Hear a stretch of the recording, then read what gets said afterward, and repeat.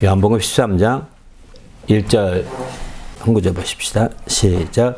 유월절 전에 예수께서 자기가 세상을 떠나 아버지께로 돌아가실 때가 이른 줄 아시고 세상에 있는 자기 사람들을 사랑하시되 끝까지 사랑하시니라. 아멘. 세상을 떠나가심이라는 제목의 말씀 나누고자 합니다.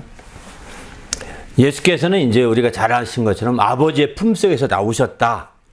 세상에 오셨다고 했습니다.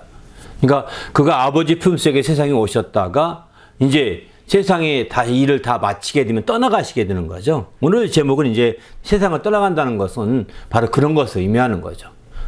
바로 주님께서 세상에 오셨는데 세상에 오신 모든 일들, 세상에 오신 목적이라고 그럴까요? 세상에 오신 뜻을 이루어 가고 있다는 것을 표현해주고 있는 거죠.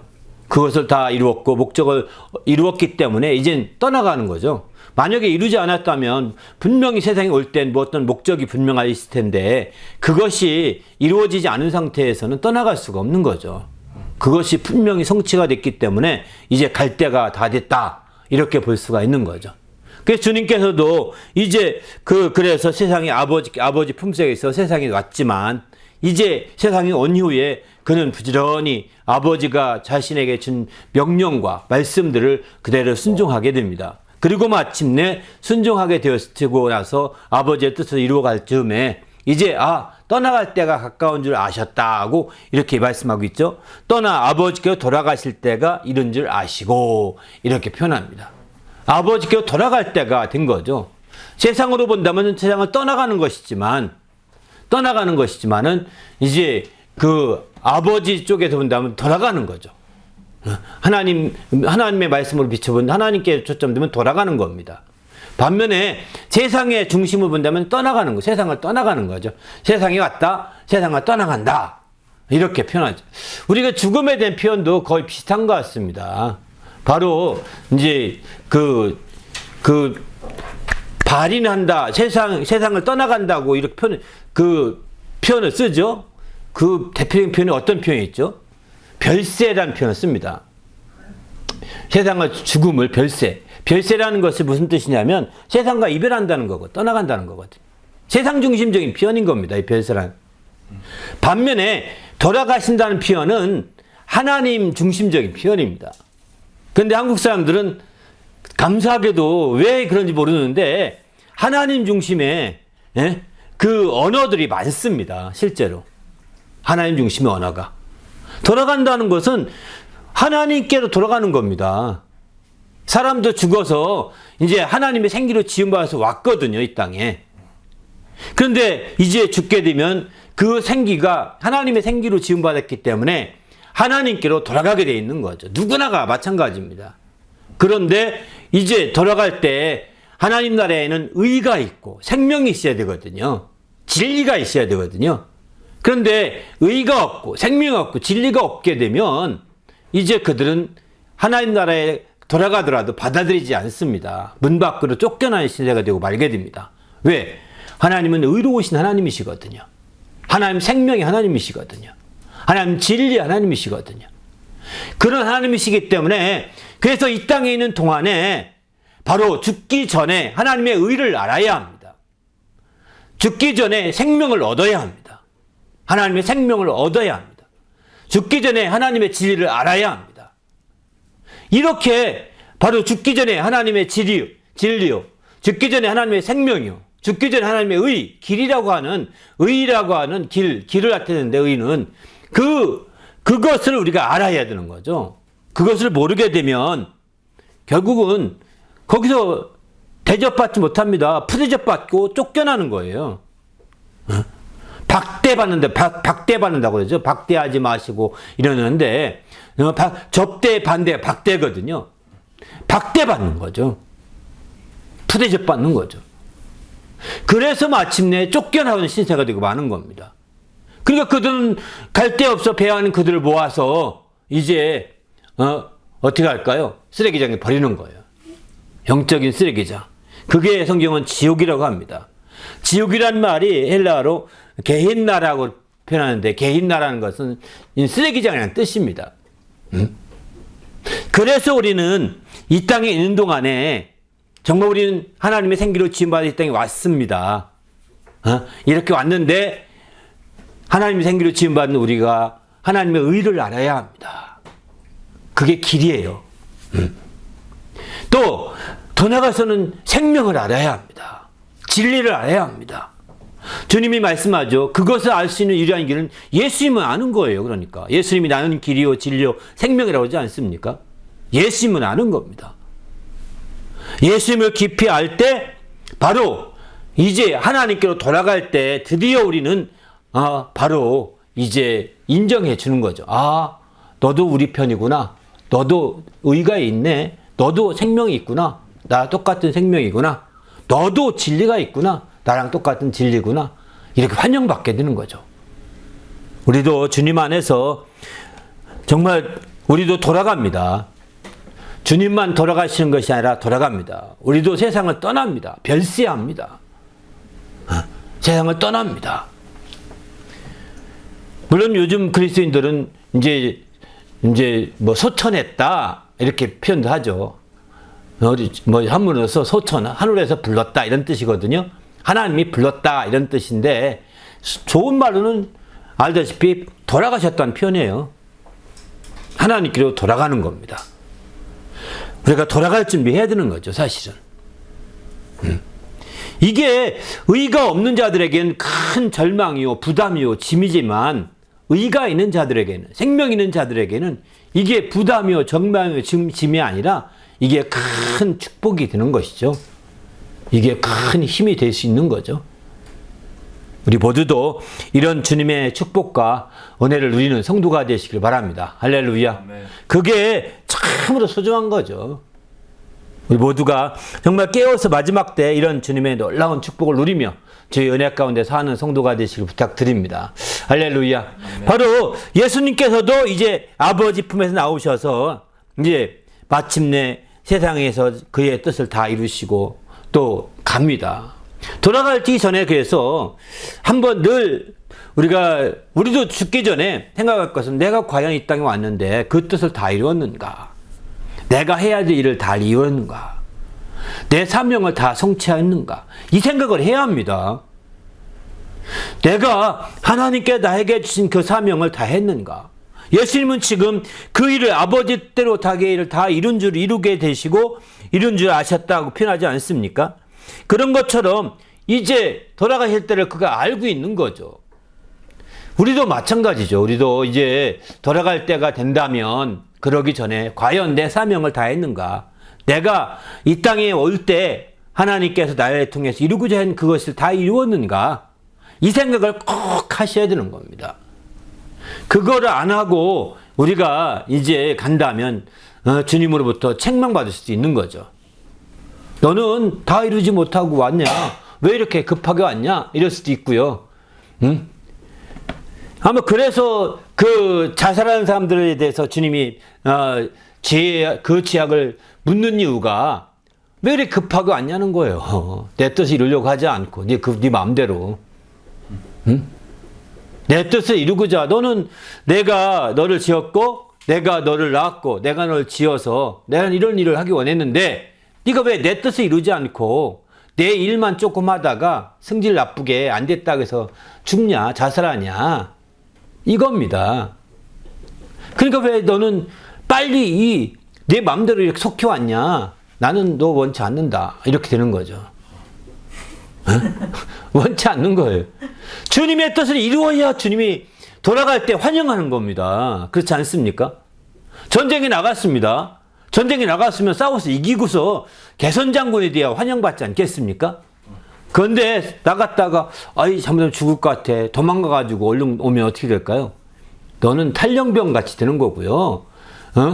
물론 이성계 같은 사람은 의아도 회군을 해가지고 정권을 잡아가지고 나쁜 놈이죠, 사실은. 이거를 좋게 평가해서는 안 됩니다. 역사에서 이거를 500년 동안 했지만 조선을 이렇게 했지만 사실은 이건 좋게 평가할 수가 없는 거예요. 군인은 죽어도 가는 겁니다.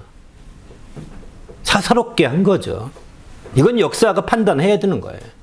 그렇게 하다 보니까 조선은 너무 사대주의로 빠져서 왜? 정통성이 없잖아요. 그렇게 나오니까.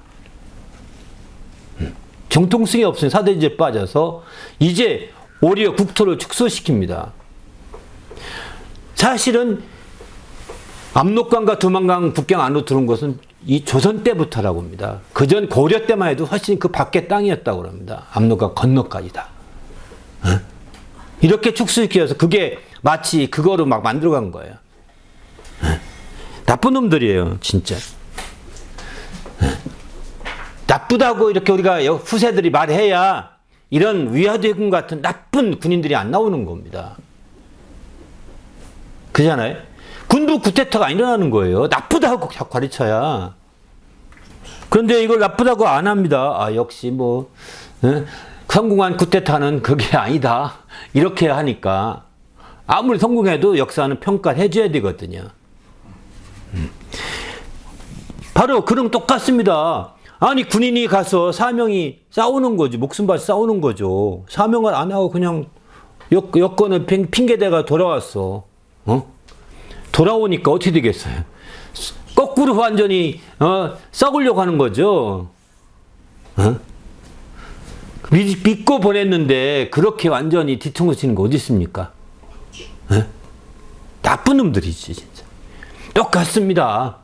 자살하는 사람도 똑같이 쿠데타 이런 거 똑같은 거예요. 자살도. 왜? 주님은 믿고 보냈는데 주의 뜻을 이루라고 하나님의 일을 이루라고 믿고 보냈는데 이루지는 않고 난 몰라. 얼른 빨리 가야 되겠어. 그래서 스스로 목숨 끊고 가는 거잖아요. 돌아가는데 환영할까요? 안 합니다. 그래서 끝까지 우리는 내가 정말 그 치매라도 안 죽게 되면 참아야 기다려야 합니다. 생각이 잠시 돌아올 때 또 기도하더라도.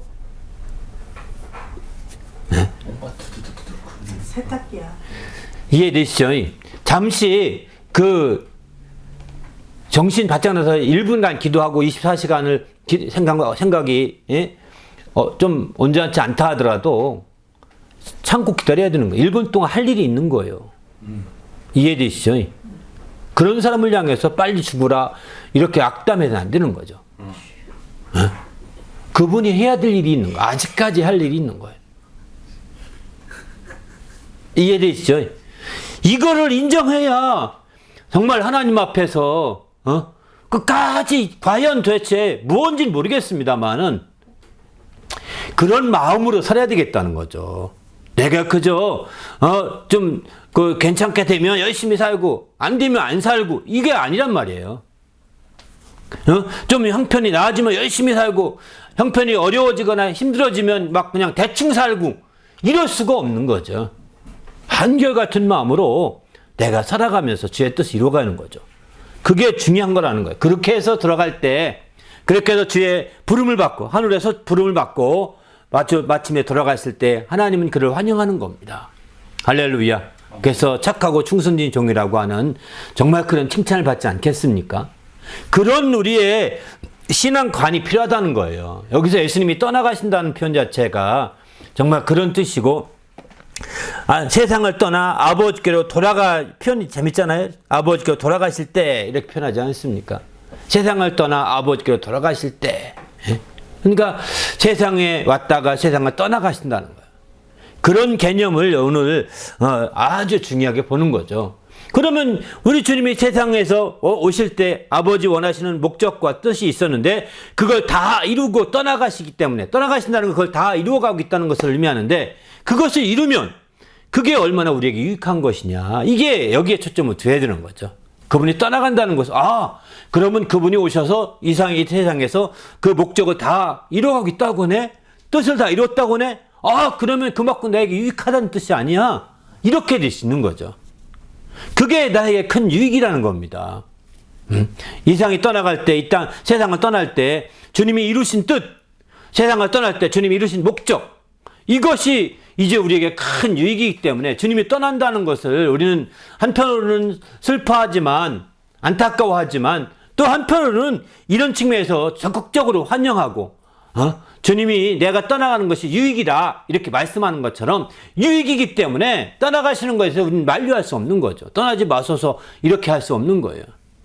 떠나지 말라고 간언하던 베드로에게 주님은 말하지 않습니까?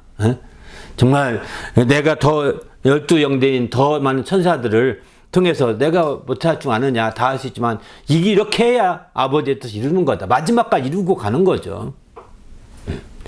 우리는 이런 측면에서 볼 때 떠나간다는 것이 그저 부정적인 측면만 생각하지 마시고 이별한다 이런 측면만 생각하지 마시고 바로 이제 뭐라고 할까요? 긍정적인 면을 봐야 되겠다는 겁니다. 떠나간다는 것이 부정적으로만 보면 한이 없거든요. 그러나 긍정적인 면을 본다면 바로 이제 아버지의 뜻을 이루어가고 가겠다는. 문제는 뭐냐? 아버지의 뜻을 얼마큼 이뤘느냐 이거죠. 얼마큼 이뤘느냐 이겁니다. 사실 교회를 떠날 때도 마찬가지고 또 고국을 떠날 때도 마찬가지인 것 같아요. 내가 과연 떠나면서 얼마나 아버지의 뜻을 이루었을까? 왜 거기서 하나님의 뜻을 이룰 건 없잖아요. 그죠? 그러면 떠나기 전에 내가 거기서 이루어야 될 어느 지역에서 살았으면 그 지역에서 이루어야 될 그런 그 뜻이 있을 텐데 그걸 얼마큼 이루었을까? 여기 그런 뜻을 이루는 것에 대해서 관심이 없다면 사실은 참된 신앙인이 아니라고 볼 수 있는 거죠. 내가 어느 교회를 다니든 어느 지역에 살든 어느 나라에 살든 어느 지역을 떠나갈 때 어느 한 곳을 떠날 때 과연 내가 그곳에 가서 하나님이 이루고자 하는 뜻을 다 이루었는가? 그곳에서 하나님이 이루고자 하는 모든 걸 다 이뤘는가? 최선을 다했는가? 이런 생각을 늘 해보셔야 합니다. 그렇게 해본 다음에 그래도 나는 내 나름대로는 최선을 다했어. 내가 부족하지만 또 하나님 뜻을 다 이루었어. 이렇게 자부할 만큼 된다면 떠나도 된다고 생각합니다. 그러나 자부심이 없다면 최선을 다하지 못했고 자부심을 갖지 못한다고 한다면 조금 더 하는 것이 하나님 앞에 섰을 때 칭찬받으시는 지름길입니다. 조금 더 하지 않고 거기서 그냥 난 무조건 떠나 보기 싫어 귀찮아 이런 인간적인 생각으로 움직일 때는 반드시 또 그런 문제가 또 생기고 그런 문제로 인해서 하나님 뜻과 점점점 사이가 멀어지고 그 목적과 멀어지게 그냥 흘러가고 말게 되는 거죠. 이렇게 살다 보면 이렇게 짧은 인생을 살게 됩니다. 누구나 이런 인생 살면 이런 짧은 인생을 살다 보면 그분 앞에 돌아갔을 때 그분이 뭐라고 하시겠습니까? 잘했다, 잘했다, 내 충성된 종이라고 하겠습니까? 안 하는 거죠. 우리는 떠날 준비는 해야 합니다. 우리는 어디든 간에 떠날 준비해야 됩니다. 떠나기 전에 과연 그분의 뜻이 이뤘느냐? 이게 이제 관건인 거죠. 그분의 목적을 제대로 이뤘느냐? 그분의 사명을 제대로 했느냐? 내가 정말 그걸 얼마큼 하려고 몸을 쳤느냐? 이런 부분에 대한 생각을 여기서는 놓쳐서는 안 되겠다는 겁니다. 떠날 준비를 하되 이게 늘 돼야 되는 거죠. 그래서 흔히들 이제 그런 얘기도 합니다. 목사들을 향해서 목사가 이제 3가지 준비가 꼭 해야 된다고 합니다. 첫 번째는 떠날 준비를 꼭 해야 된다고 합니다. 뭐 항상 부딪히면 떠날 준비를 해야 된다는 거예요. 그 다음에 설교 준비가 항상 돼야 된답니다. 또 중요한 것은 이제 순교할 준비겠죠. 이런 3가지 준비가 필요한데 마찬가지죠. 우리가 신앙생활 하면서 이제 떠날 준비 항상 거기 정착하고 거기서 막 1000년만 살려고 하면은 그 교회 재산을 자식에게 넘겨주고 선자한테 넘겨주고 이럽니다. 상속시켜줍니다. 교회 재산을.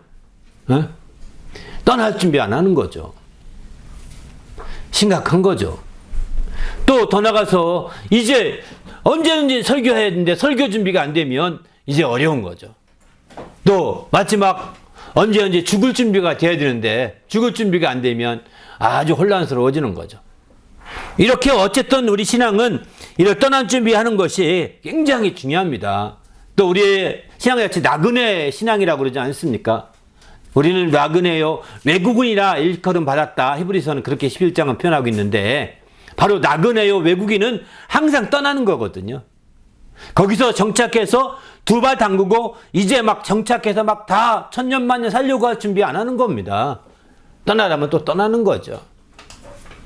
그런 생활을 하고 하는 것이 바로 우리 참된 그리스도인의 모습이라고 성경은 이렇게 가르쳐주고 있습니다.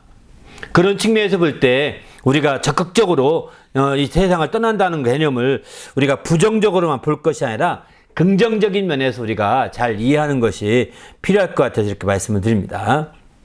1번부터 보겠습니다. 세상에서 예수께서 세상에 있는 자기 사람을 사랑하실 때 끝까지 사랑하셨는데 왜 그렇게 하셨습니까? 1절 말씀 읽어볼까요? 시작.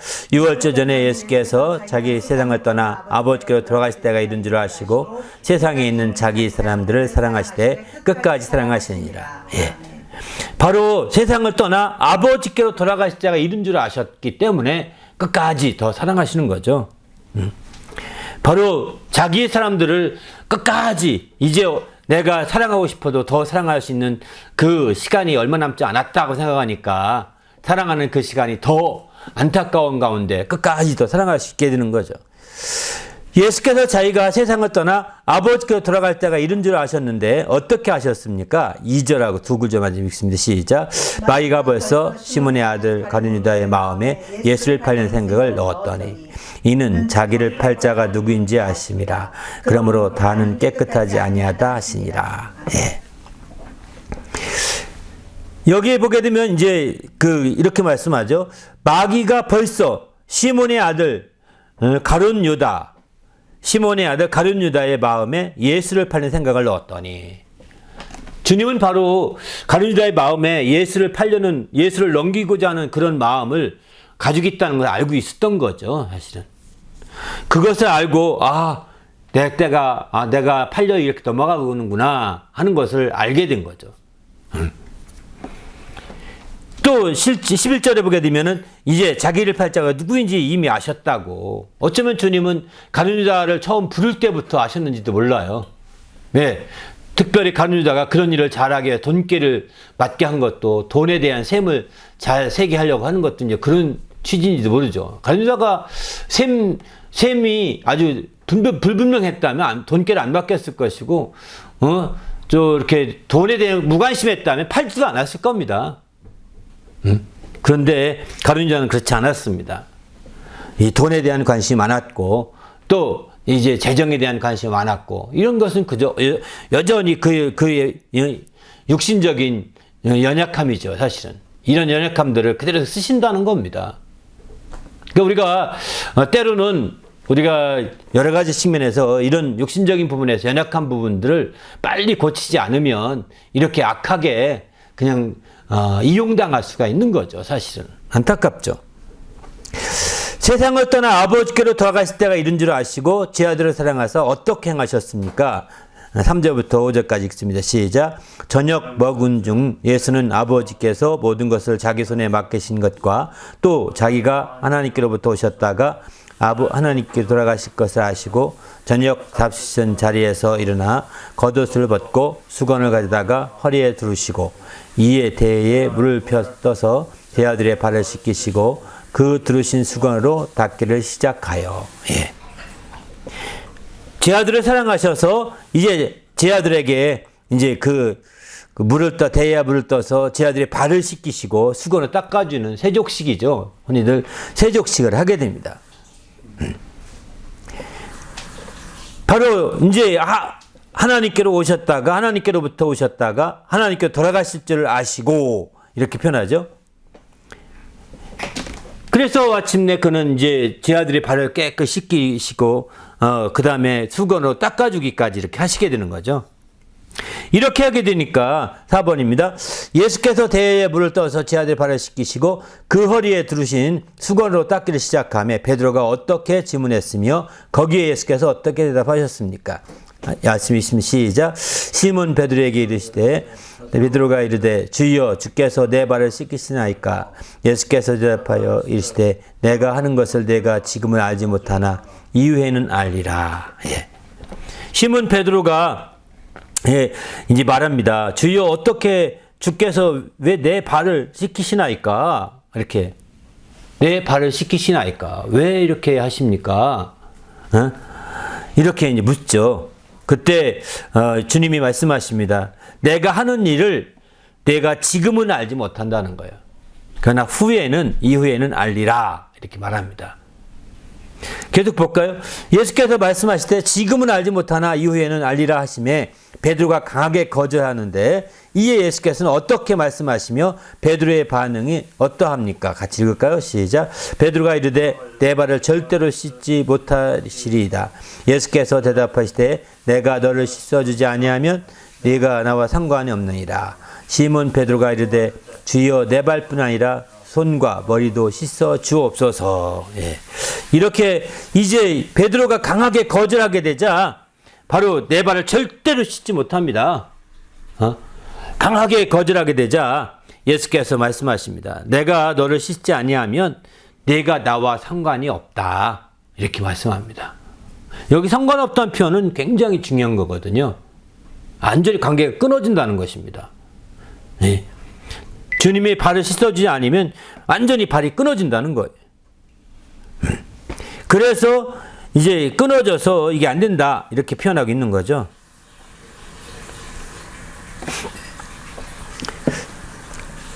그때 베드로가 그 말을 들으면서 말하기를 주여 내 발뿐만 아니라 손과 머리도 씻어 주옵소서. 막 이거 발 정도가 아니죠. 이제 상관이 없다 보니까 그럼 뭐 손도 씻어주고 머리도 씻어주십시오. 다 목욕까지 해주십시오. 막 이런 식으로 얘기하는 겁니다.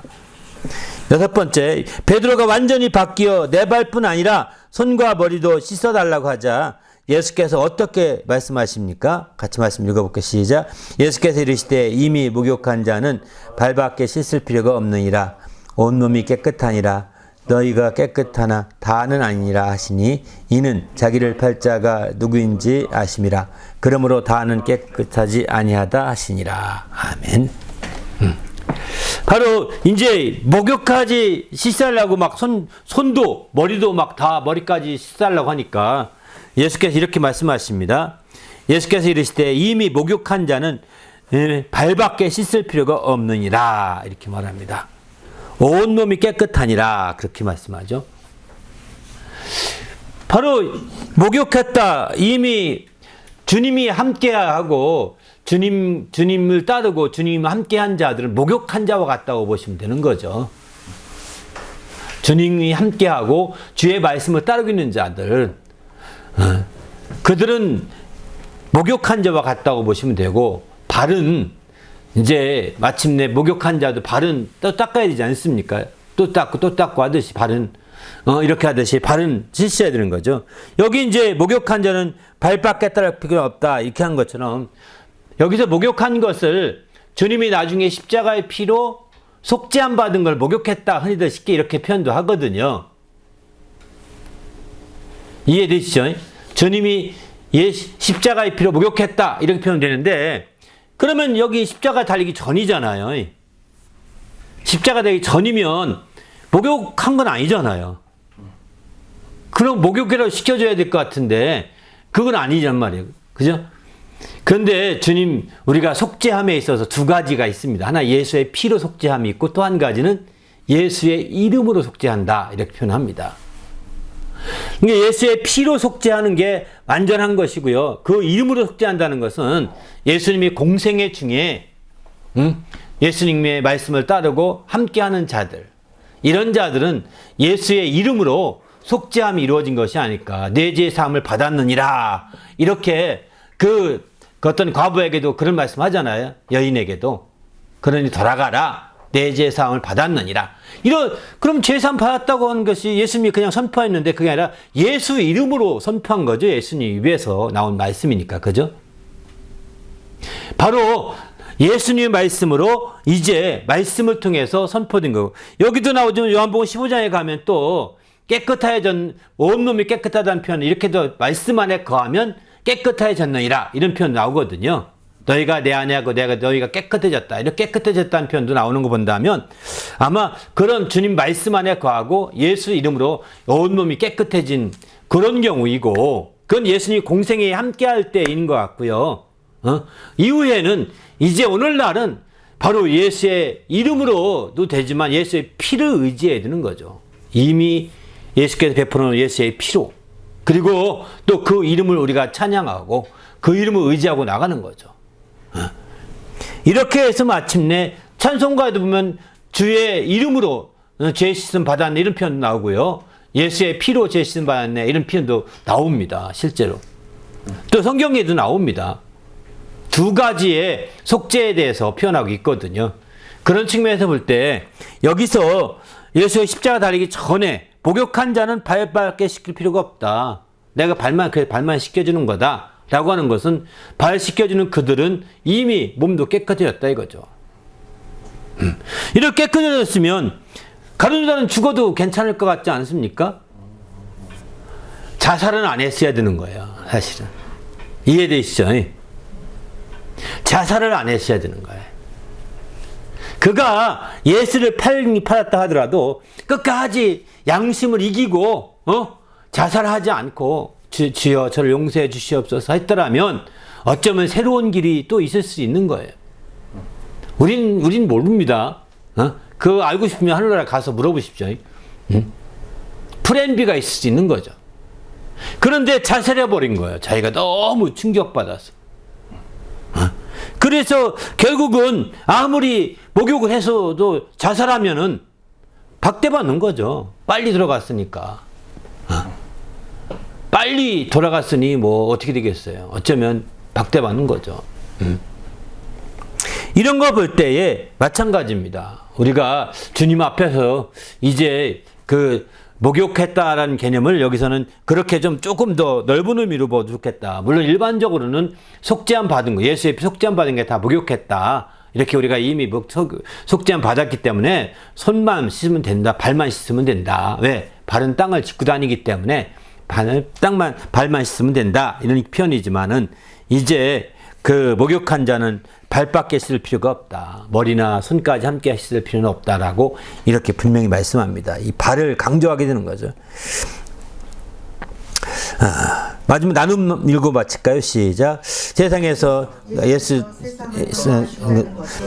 그가 세상에 이루었다. 아버지의 뜻을 다 이루었음을 나타냅니다.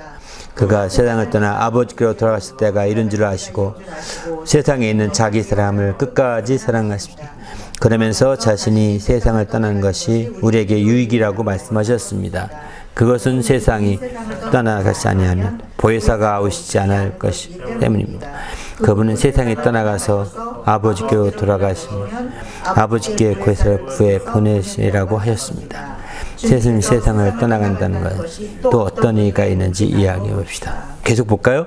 그리스도께서는 참된 것의 그림 손으로 아니하시고 바로 그 하늘에 들어가사 이제 우리를 위하여 하나님 앞에 나타나시고 그리하면 그가 세상 성령의 자주 고난을 받았어야 할 것이되 이제 자기를 단번에 제물로 드려 죄를 없이하고 세상 끝에 나타나느니라. 이와 같이 그리스도 많은 사람의 죄를 담당하시려고 단번에 들이신 바 되셨고 구원에 이르게 하기 위하여 죄와 상관없이 자기를 바라는 자들에게 두 번째 나타나시리라. 아멘. 이 얘기는 이제 바로 먼저 주님이 세상을 떠나간다는 것 자체가 이제 먼저 앞에서는 그 목적을 이루었기 때문에 뜻을 이루었기 때문에 떠나간다. 그 거의 다 성취할 상태가 단계에 이르렀기 때문에 떠나가려고 하는 거다. 이렇게 말씀을 드렸는데요. 또 미래적으로도 바로 떠나가야 이제 나중에 보혜사를 보내신다. 이렇게 말씀하거든요. 그래서 유익이라는 겁니다. 주님이 아버지의 뜻을 이루고 아버지 목적을 이루어서도 유익이지만 내가 가서 성령을 보내주겠다. 보혜사 성령을. 내가 떠나가지 않으면 그가 오지 않는다. 이렇게 얘기하는 거죠. 떠나가서 아버지께 구해서 보내주겠다. 라고 이렇게 이 미래지향적으로도 유익하다는 것을 표현해 주는 거죠. 당장 지금도 유익하지만 떠나가시는 것이 미래적인 면에서도 유익하다라고 우리가 볼 수가 있는 거죠. 그래서 우리는 주님의 떠나가심에 대해서 부정적으로 보지 말아야 합니다. 뿐만 아니라 아버지의 뜻을 다 이루고 이제 또 모든 목적을 이루고 또 미래적인 측면에서 성령의 이끌림 받고 인도를 받게 되면 떠나가는 것을 부정적으로 봐서는 안 됩니다. 성령의 이끌림 받지 못하고 정말 인간적인 면에서 움직이는 것이 다 이거는 부정적인 측면이 있는 거죠. 오히려 주님 앞에 섰을 때에 책망을 들을 수 있는 확률이 많은 거죠.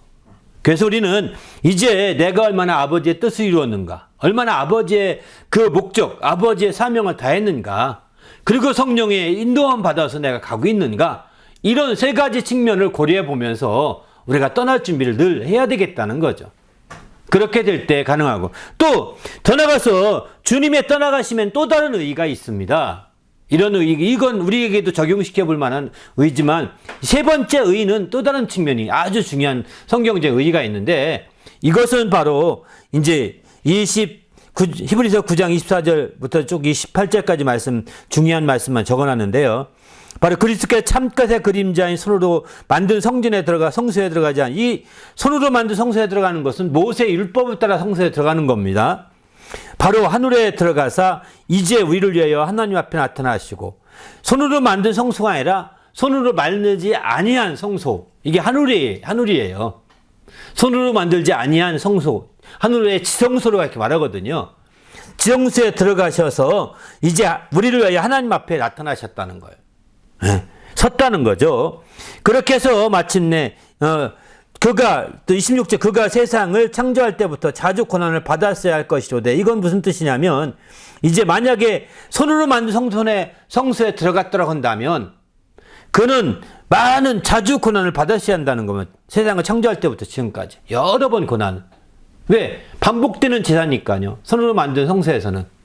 그런데 하늘에서 만든 하늘의 성소에서는 반복되는 제사가 아닙니다. 단번에 완전해지는 거거든요. 그래서 자기를 단번에 제물로 드려 죄를 없이 하시려고 세상 끝에 나타나셨느니라, 이렇게 말씀하고 있는 거죠. 단번에. 그러나 손으로 만든 성소, 예루살렘 성전이죠. 거기서 제사가 이루어질 때는 계속 반복해야 됩니다. 1년에 한 번씩. 반복해. 그래서 예수님도 자주 고난 받으셔야 될 겁니다. 이번엔 손 자르고 다음엔 팔 자르고 이렇게 할지도 모르겠습니다. 그러나 거기서 안 하는 거죠. 거기서 안 하는 겁니다. 바로 예수님은 이제 마지막 단번에 하늘의 성소에 들어가기 위해서 한 번에 완전한 성전에 그 제사를 드리는 거죠. 자기를 드려서. 너무 리얼한가요? 이렇게 아주 중요한 부분입니다. 그래서 그런 거고. 9장 28절입니다. 이와 같이 그리스도 많은 사람의 죄를 담당하시려고 단번에 들이신 바 되고 구원에 이르게 하기 위하여 죄와 상관없이 자기를 바라는 자들에게 두 번째 나타나시리라. 여기 두 번째 나타나시는 게 주님의 재림을 의미하는데, 여기서 두 번째 나타나심은 제사라는 차원에서 본다면 제사를 다 끝마치고 나서 나오는 것을 의미합니다. 제사를 다 시작할 때 나타났다가 피를 가지고 들어가잖아요. 대제사장이 피를 가지고 들어가서 지성소까지 들어갑니다. 거기서 다 자기 일을 마칩니다. 제사를 다 완성합니다. 그러면 가지고 나와서 백성들에게 속죄 선포를 하는 거죠. 두 번째 나타나는 거예요. 처음엔 제 피 때문에 아세살 양, 또 어린 양 둘 중에 하나 어디 안수가 피 잡게 해서 나타나 보이는 거거든요. 그 다음에 잡아 들어간 다음 나와서 다시 하나님이 이렇게 속죄하셨습니다 라고 선포하시는 거죠.